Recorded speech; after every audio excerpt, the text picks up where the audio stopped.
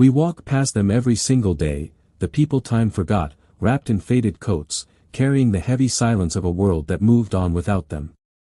We assume their stories are simple, but sometimes, the most unremarkable person in the room holds a secret that can shatter a multi-million-dollar institution in seconds. When Nurse Evelyn looked down at the frail, shivering old woman in room 412, she saw a nuisance, a dynamic she believed she completely controlled. She thought power belonged to the one holding the clipboard. She was dead wrong. And by the time the hospital director walked through those double doors, the trap had already snapped shut. The morning shift at St. Jude's Memorial Hospital always began with the sharp, clinical smell of antiseptic and the artificial hum of fluorescent lights. It was a place where life and death were managed like line items on a corporate balance sheet. Nurse Evelyn prided herself on efficiency, which, in her vocabulary, was often a polite word for ruthlessness. To Evelyn, patients were divided into two distinct categories, those who had premium insurance, influence, or status, and those who were simply draining the hospital's precious resources. On this particular Tuesday, the emergency overflow wing was packed, but Evelyn's focus was entirely on the VIP suite at the end of the hall.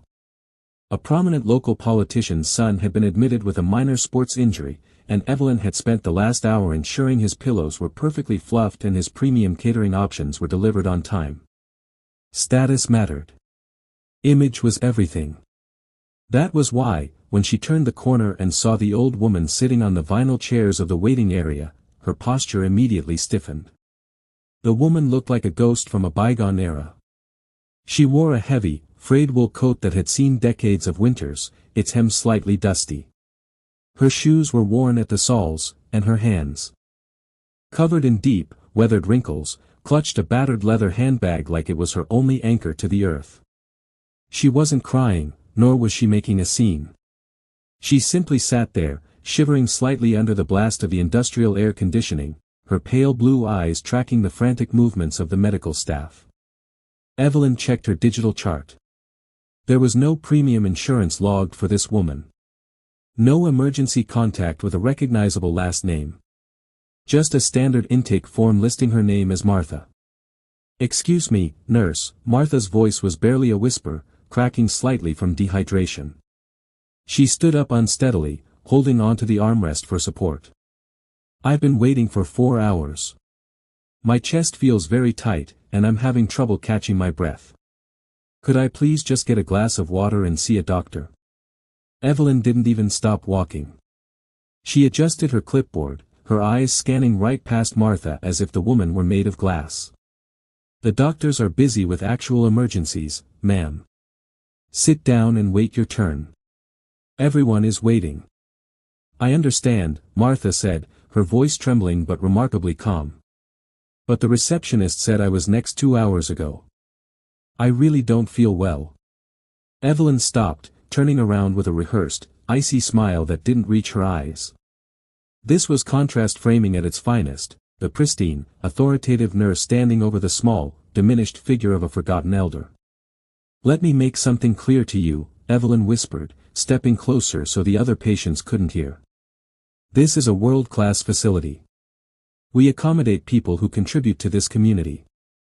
Right now, I have high-priority patients who require my absolute attention. You are occupying a seat that someone else might need. If you cannot wait quietly, you are welcome to try the free clinic downtown." Martha looked at Evelyn for a long moment. There was no anger in her eyes, only a profound, sorrowful disappointment. She didn't argue. She didn't yell. She simply nodded slowly, took a deep, rattling breath that clearly pained her, and sat back down on the hard vinyl chair. She clutched her battered handbag just a little bit tighter. Evelyn dismissed her instantly. She turned on her heel and marched back toward the VIP wing, completely satisfied that she had handled the situation. She believed she knew exactly how this day would go. She believed her position was unassailable, secured by her favor with the upper management and her flawless adherence to the hospital's hidden metrics of wealth over wellness. But the air in the corridor was shifting. The stark contrast between the warmth showered on the wealthy and the freezing neglect forced upon Martha was creating an invisible fault line right under Evelyn's feet.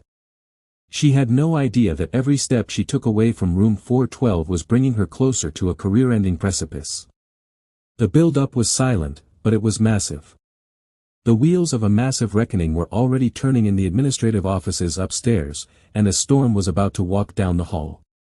If you think this is just a simple story about a rude nurse and a poor patient, you are missing the terrifying truth hidden just beneath the surface. What Evelyn didn't realize was that the quietest people in a room are often the ones watching the most closely. As she walked away from Martha, she thought she had successfully swept an inconvenience under the rug. But what if the old woman wasn't waiting for a doctor at all? What if her presence in that waiting room wasn't an accident of poverty, but the final phase of a calculated trap designed to expose the hospital's darkest secrets? The dynamic was about to reverse, and the hunter was about to become the prey. The shift progressed, but a strange, unsettling energy began to ripple through the eastern wing of the hospital. It started with the junior staff. A residency student, rushing past the waiting bay with a tray of medications, paused to look at Martha. He noticed something Evelyn had completely ignored: the old woman wasn't looking at the ceiling or the television screen. She was methodically tracking the staff, her eyes resting on the security cameras, the digital login stations, and the name badges of every passing employee. When the resident offered her a bottle of water, she declined with a polite, knowing smile that chilled him to the bone. "She doesn't look like a patient," the resident whispered to a senior nurse near the station. "She looks like an auditor." Evelyn, overhearing the comment, let out a sharp, mocking laugh. "An auditor? Look at her clothes. She's a vagrant looking for a warm place to sleep and free medication. I've already told her where she belongs. If she keeps lingering, I'll have security escort her out. We don't have room for charity cases when the board of directors is arriving today." But the atmosphere grew heavier. A second rehook dropped when the head of hospital security suddenly bypassed the main desk, looking pale and frantic. He didn't check the VIP suites. Instead, his eyes darted directly toward the public waiting area. Evelyn watched, confused, as the security chief locked eyes with the old woman in the frayed wool coat. He didn't move toward her. In fact, he looked absolutely terrified, instantly turning on his heel and sprinting toward the executive elevators. Why would the head of security be afraid of a helpless, shivering woman? Evelyn's confidence felt a sudden, inexplicable tremor. She looked back at Martha. The old woman had pulled a small, leather-bound notebook from her battered handbag. With steady, unhurried movements, she wrote a single line, closed the notebook, and placed it back inside. She then looked directly at Evelyn, locking eyes across the busy corridor. In that frozen moment, the contrast framing shifted entirely. The nurse, surrounded by high-tech equipment and corporate authority, suddenly looked fragile. The old woman, draped in poverty, radiated an absolute, crushing aura of dominance. The tension in the hallway was now suffocating. The staff began to notice that the hospital's central server was experiencing a massive data sink, unusual for a Tuesday morning. Every single patient file, every billing discrepancy, and every rejected insurance claim from the past 5 years was being pulled into a secure external cloud. And upstairs, in the executive suite, the phones were ringing off the hooks, but no one was answering. Evelyn tried to shake off the rising panic. She forced herself to walk back to the VIP wing, telling herself that money and status always win. She assured herself that her standing with the hospital director was ironclad. But as she reached for the handle of the VIP suite, her phone buzzed violently. It was an internal alert sent to all senior staff. The message was brief, urgent, and entirely cryptic: "All staff stand down. The ultimate authority is on the floor." Evelyn's breath caught in her throat. The director wasn't scheduled for another 3 hours. She spun around, her eyes instinctively darting back to the waiting room. The old woman was no longer sitting down. She was standing up, smoothing out the wrinkles of her faded coat. The weakness she had displayed earlier was entirely gone. Her posture was straight, her expression completely unreadable. And from the far end of the corridor, the heavy double doors of the executive wing burst open. The hospital director, flanked by 3 corporate attorneys, walked in. But he wasn't looking at the VIP rooms. His eyes were wide with sheer panic, fixed entirely on the old woman. The illusion of Evelyn's control was about to dissolve into a nightmare. If you believe the director came down to save the nurse, you are completely unprepared for the revelation that is about to unfold. The real story hasn't even begun yet.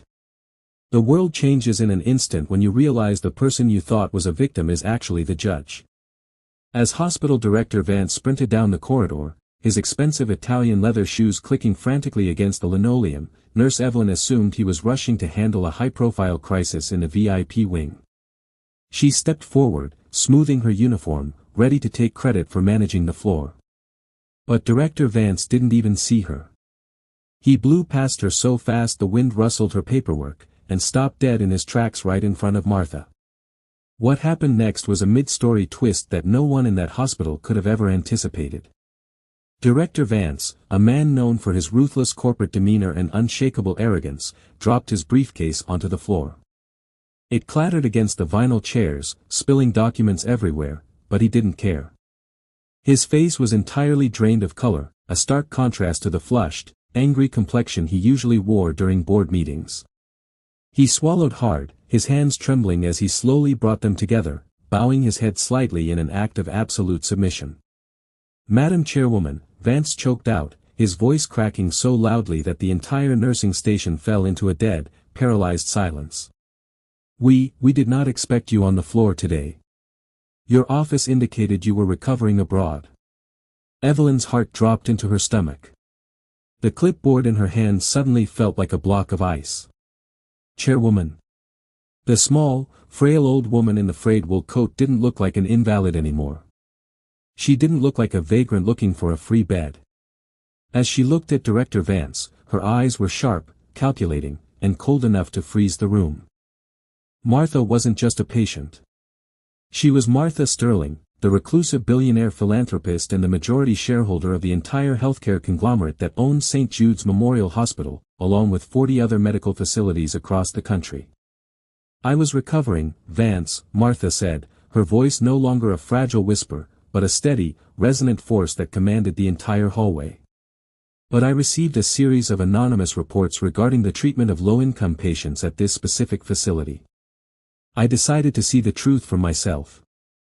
I wanted to see exactly how my resources were being managed when the cameras were turned off."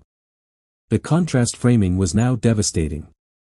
Evelyn stood paralyzed, a few feet away, watching the man who controlled her entire career cower before a woman she had just threatened to throw out into the street. The power dynamic had not just shifted, it had been entirely obliterated. Martha slowly reached into her battered handbag and pulled out the small leather-bound notebook. She flipped it open, her fingers moving with absolute precision. "For the last 4 hours, Vance, I have sat in this waiting room. I watched a young man with a broken wrist get bypassed because his insurance card didn't have a premium logo. I watched a mother with a feverish child get told to leave because the registration system was too busy to process state Medicaid. And then, I decided to test the system myself." Martha turned her gaze slowly, her pale blue eyes locking onto Evelyn. Evelyn felt the air leave her lungs. It was a look of pure, unadulterated judgment. "I asked for a glass of water," Martha continued, her voice echoing off the sterile walls. "I asked for a moment of clinical attention because my chest felt tight. Do you know what your staff told me? Vance? I was told that this facility only accommodates people who contribute to the community. I was told that my presence was an inconvenience to the wealthy." Director Vance's eyes darted to Evelyn, his expression shifting from terror to absolute, murderous rage. "Nurse Evelyn," Vance hissed, stepping toward her, his voice shaking. "Tell me you did not speak to Chairwoman Sterling this way. Tell me you did not deny medical care in this hospital."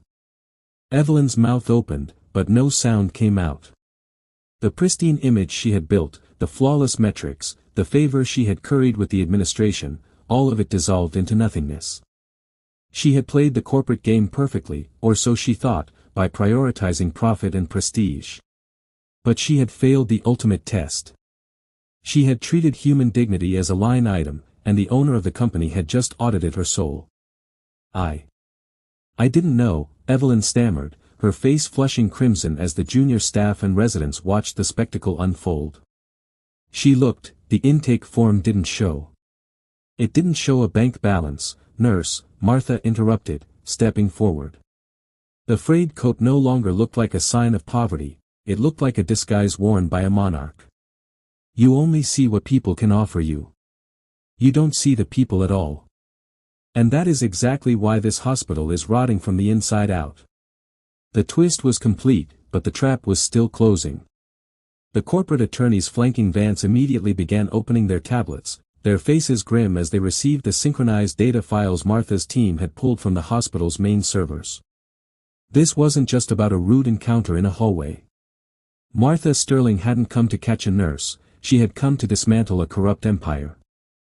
If you thought the chairwoman's identity was the biggest secret in this room, you are completely blind to the real crime that was being committed. The true horror of St. Jude's Memorial Hospital didn't lie in the cold words of a single nurse, but in a systematic, multi-million-dollar conspiracy that reached all the way to the executive board. As Director Vance stood sweating under the fluorescent lights, trying to sacrifice Evelyn to save his own skin, he had no idea that Martha had already unspooled the entire web. The final reveal was not just about who Martha was, it was about what Vance and Evelyn had been doing together in the dark. Director Vance took a step toward Martha, his hands raised in a desperate, pleading gesture. Madam Chairwoman, I assure you, this isolated incident does not reflect the values of our administration. Nurse Evelyn will be terminated immediately. Her behavior is completely unacceptable, and we will conduct a full internal review of our nursing staff to ensure this never happens again. Evelyn gasped, looking at Vance in absolute betrayal. The contrast framing was stark, the corporate executive instantly discarding his loyal enforcer the second his own position was threatened. For months, Evelyn had been doing exactly what Vance wanted, clearing out the unprofitable patients to keep the hospital's profit margins high, ensuring Vance received his massive quarterly bonuses. Now, she was being thrown to the wolves. An isolated incident, Vance? Martha said, a cold, mocking smile playing on her lips. She didn't look at the trembling nurse, her focus remained entirely locked on the director. You think I built a global healthcare empire by relying on the word of men who wear $5,000 suits paid for by the suffering of the uninsured? You think I am blind to the numbers? Martha gestured to her senior corporate attorney, who stepped forward and handed her a sleek, black digital tablet. The screen glowed, reflecting in Martha's sharp, unyielding eyes. Let us talk about the final reveal, Director Vance, Martha said, her voice echoing with the weight of absolute authority. 2 months ago, my private foundation noticed a statistical anomaly in St. Jude's emergency room records. A massive surge in voluntary patient departures. Hundreds of low-income individuals were allegedly choosing to leave this facility without receiving treatment. When we dug deeper, we found that their files had been systematically altered.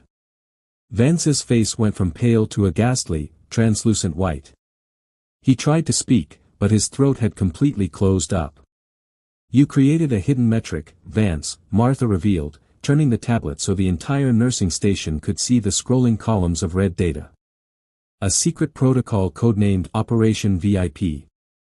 You incentivized your senior staff, including Nurse Evelyn, to actively intimidate, neglect, and delay treatment for patients who relied on public assistance.